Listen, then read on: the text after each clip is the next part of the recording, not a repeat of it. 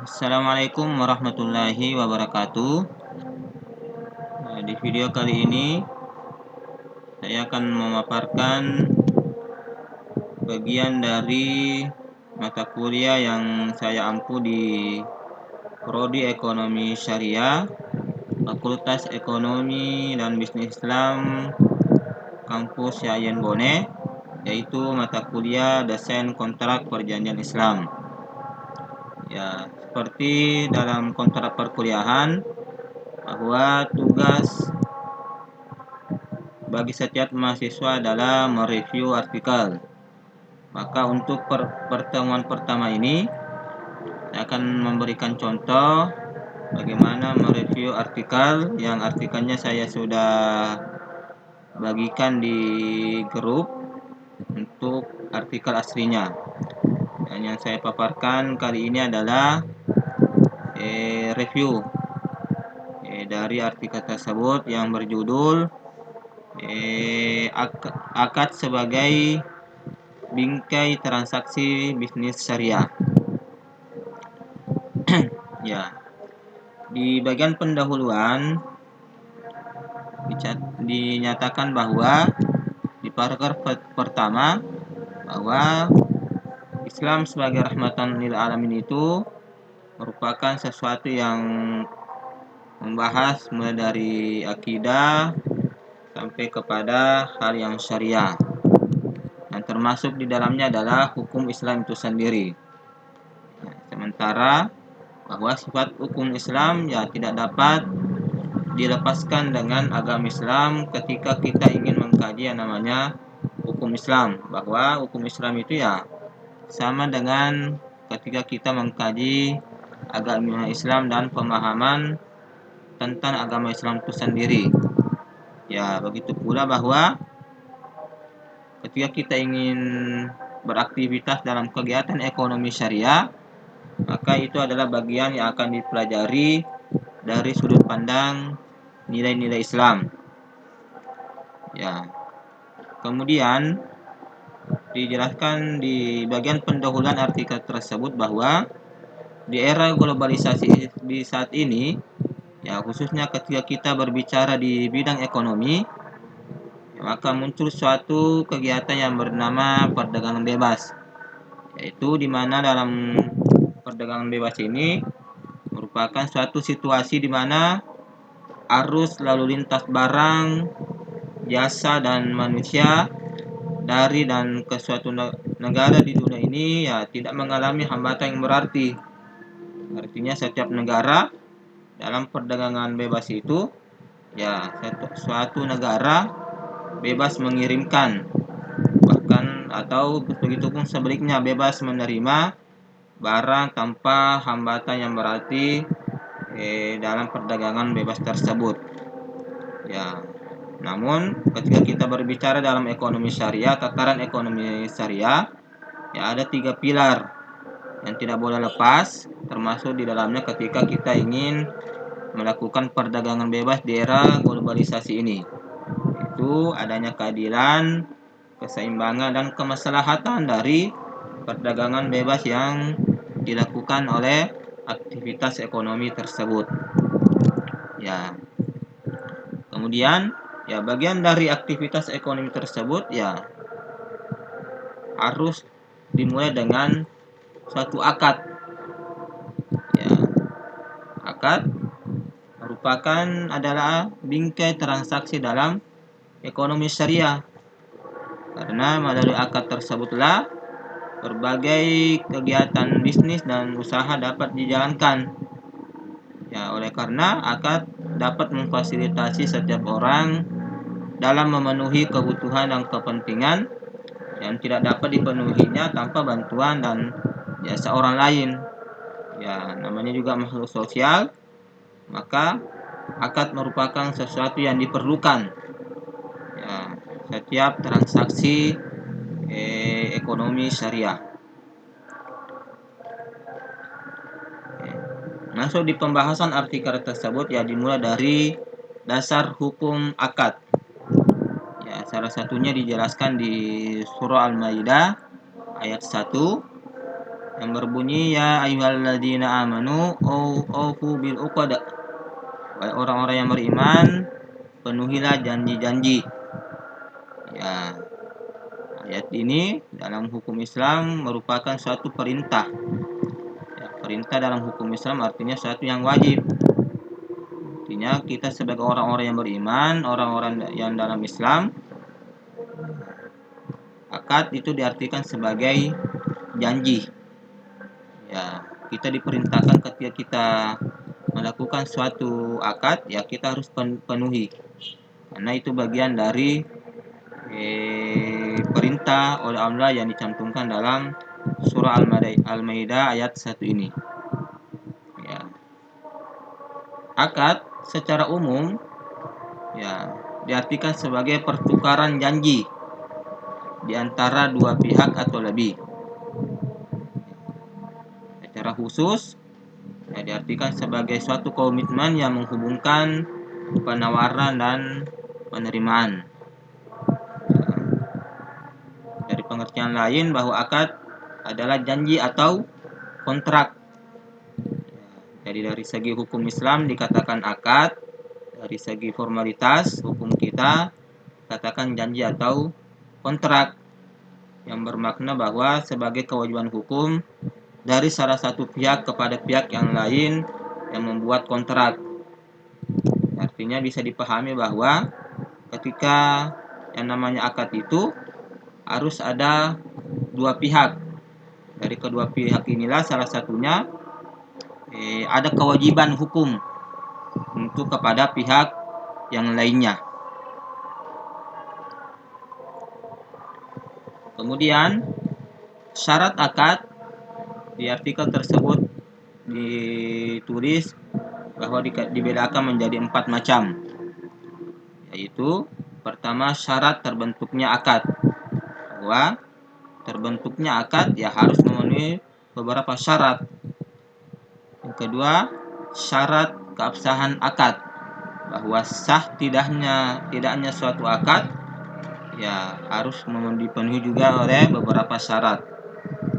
Kemudian syarat berlakunya akibat hukum akad, artinya ketika akad itu sudah dinyatakan oleh kedua belah pihak maka harus memenuhi syarat ini. Kemudian itu syarat mengikatnya akad, artinya bahwa akad, orang yang melakukan akad akan terikat dengan beberapa syarat yang telah ditentukan dalam akad tersebut. Kemudian rukun dan syarat akad. Yang pertama di sini ada 4 rukun dari akad tersebut. Rukun dan syarat terbentuknya suatu akad harus dipenuhi 4 hal ini. Yang pertama adalah para pihak yang membuat akad, al-aqidain. Syaratnya dari para pihak yang membuat akad yaitu adalah tamyiz. Tamyiz dalam hukum kita, hukum Islam, ya artinya orang yang balik, orang yang berakal. Jadi tidak betul, tidak memenuhi syarat ketika yang membuat akad tersebut adalah tidak termasuk tamyiz atau belum berakal atau belum balik. Kemudian syarat yang kedua dari rukun pihak yang membuat akad adalah berbilang. Artinya minimal 2 pihak, bisa lebih tapi tidak boleh kurang karena dinyatakan berbilang. Berbilang satu orang, satu pihak tidak dikatakan berbilang. Artinya ada tadi di dalam pengertian ada yang menerima dan ada yang memberi. Tidak boleh ada hanya satu pihak yang menerima, tidak ada yang memberi, begitupun sebaliknya. Kemudian rukun yang kedua adalah pernyataan kehendak atau kesepakatan dari para pihak yang membuat akad. Nah, harus ada pernyataan. Syaratnya adalah adanya persesuaian antara ijab dan kabul, atau dengan kata lain adanya kata sepakat. Ya, artinya ada kesesuaian antara yang diucapkan oleh orang yang memberi akad dengan orang yang kabul atau orang yang akan menerima akad tersebut. Ya, tidak boleh orang seumpama melakukan akad jual beli yang mau memberi berupa jual beli sementara kabulnya berupa sewa. Ini tidak dibolehkan karena syaratnya adalah harus ada kesesuaian antara ijab dan kabul. Kemudian syarat yang kedua dari rukun tersebut adalah kesatuan majelis akad. Artinya orang yang berakad, orang yang melakukan ijab dan kabul ini harus berada dalam satu lingkungan majelis. Ya, satu lingkungan majelis ini ya kalau kita aplikasikan di dunia sekarang yang modern di era globalisasi bisa juga diartikan berupa akad secara online. Ya, dalam artian ya akadnya di online. Bisa dicontohkan bahwa transaksinya itu akadnya berupa melalui telepon, ya akadnya di telepon tersebut bahwa kapan putusnya teleponnya itulah baru kemudian tidak dikatakan satu majelis.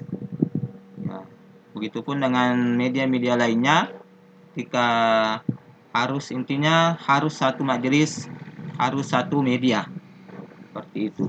Baru kemudian itu boleh sah akadnya. Kemudian yang ketiga adalah objek akad atau barang yang diakadkan.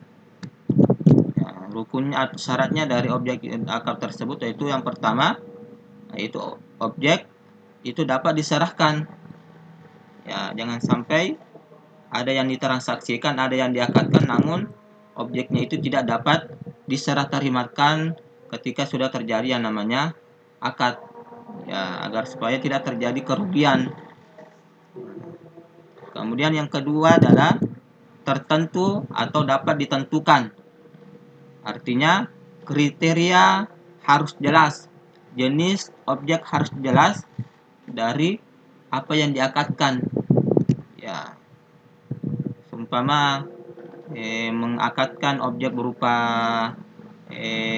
mobil, ya mobilnya harus jelas seperti apa jenisnya, tahun pembuatannya kapan, ya itu harus semuanya jelas agar supaya tidak ada yang dirugikan di antara orang yang melakukan akad.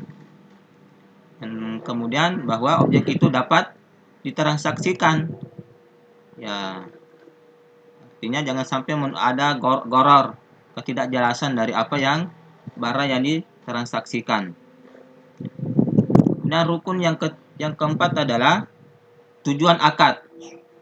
Ya, syarat dari tujuan akad itu adalah pastinya dalam hukum Islam tidak boleh bertentangan dengan syariah, dengan syarah. Ya, artinya kapan akad itu bertentangan dengan syarah atau dalam hal ini bertentangan dengan kaidah-kaidah atau prinsip dalam Islam, ya maka akad itu tidak dibolehkan. Ya, seumpama kita dalam agama Islam tidak membolehkan seumpama barang najis. Ya, karena barang najis ini karena bertentangan dengan syara, meskipun ada akad, tetapi dalam hukum Islam, dalam ekonomi Islam itu tidak dibolehkan karena bertentangan dengan syara. Kemudian asas-asas yang terkandung dalam akad atau perjanjian adalah ada beberapa.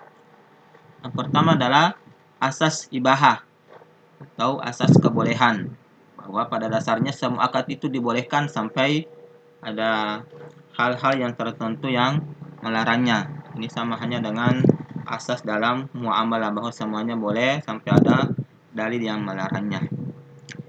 Kemudian asas yang kedua adalah asas kebebasan berakad.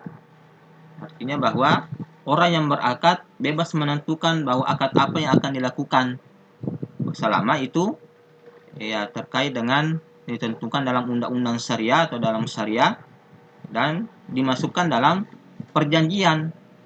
Ya, umpama ya orang mau bebas melakukan jual beli, orang bebas melakukan namanya sewa menyewa, ya, selama bahwa tidak berakibat makan harta sesama dengan jalan yang batil. Kemudian asas yang ketiga adalah asas konsensualisme, ya, bahwa asas ini menyatakan bahwa untuk terciptanya suatu perjanjian ya cukup tercapainya kata sepakat antara pihak tanpa perlu dipenuhinya formalitas-formalitas tertentu. Artinya ketika rukun dan syarat yang tadi sudah dijelaskan sudah terpenuhi semuanya, ya dengan sendirinya ada konsensualisme di dalamnya, bahwa sudah sepakat ada akad. Ya. Kemudian asas yang selanjutnya adalah bahwa asas dari akad itu atau janji itu adalah mengikat. Ya, ini sesuai dengan suatu kaidah usul fikih bahwa perintah itu pada asasnya menunjukkan wajib. Artinya ketika kita umat Islam membuat suatu akad, entah itu akad jual beli, sewa menyewa dan yang lainnya, ya dengan sendirinya orang yang berakad menunjukkan bahwa dia wajib memenuhi akad tersebut. Ya, sesuai juga dengan tadi dasar hukum di surah Al-Maidah ayat 1. Kemudian asas yang kelima adalah asas keseimbangan. Ya, asas ini menekankan bahwa adanya keseimbangan antara para pihak, baik keseimbangan antara apa yang diberikan dengan apa yang diterima, maupun keseimbangan dalam memikirkan resiko. Artinya ketika memang dari akad tersebut ada risiko yang akan ditanggung oleh kedua belah pihak, ya harus seimbang, ya sama-sama harus menanggung risiko.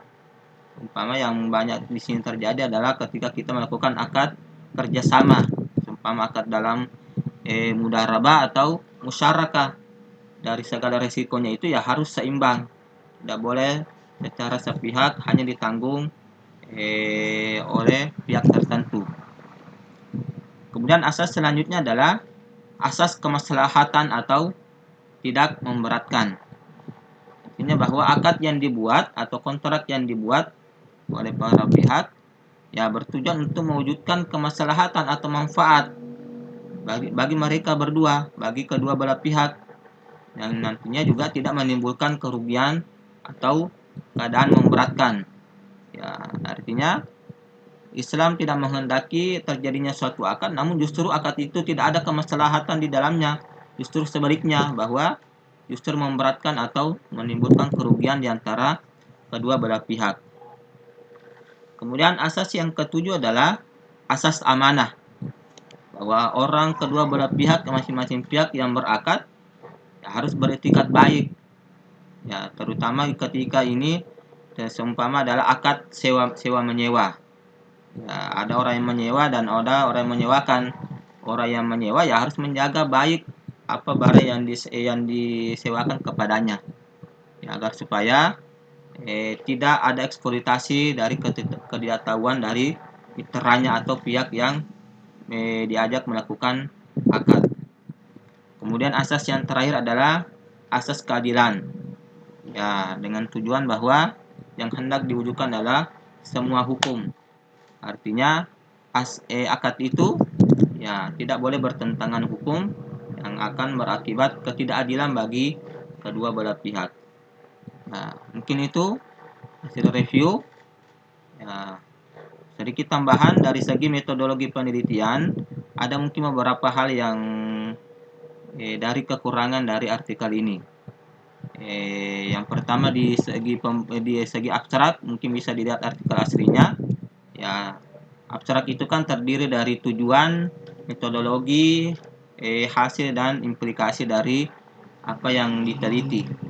Sementara dalam abstrak di artikel ini tidak memenuhi hal tersebut.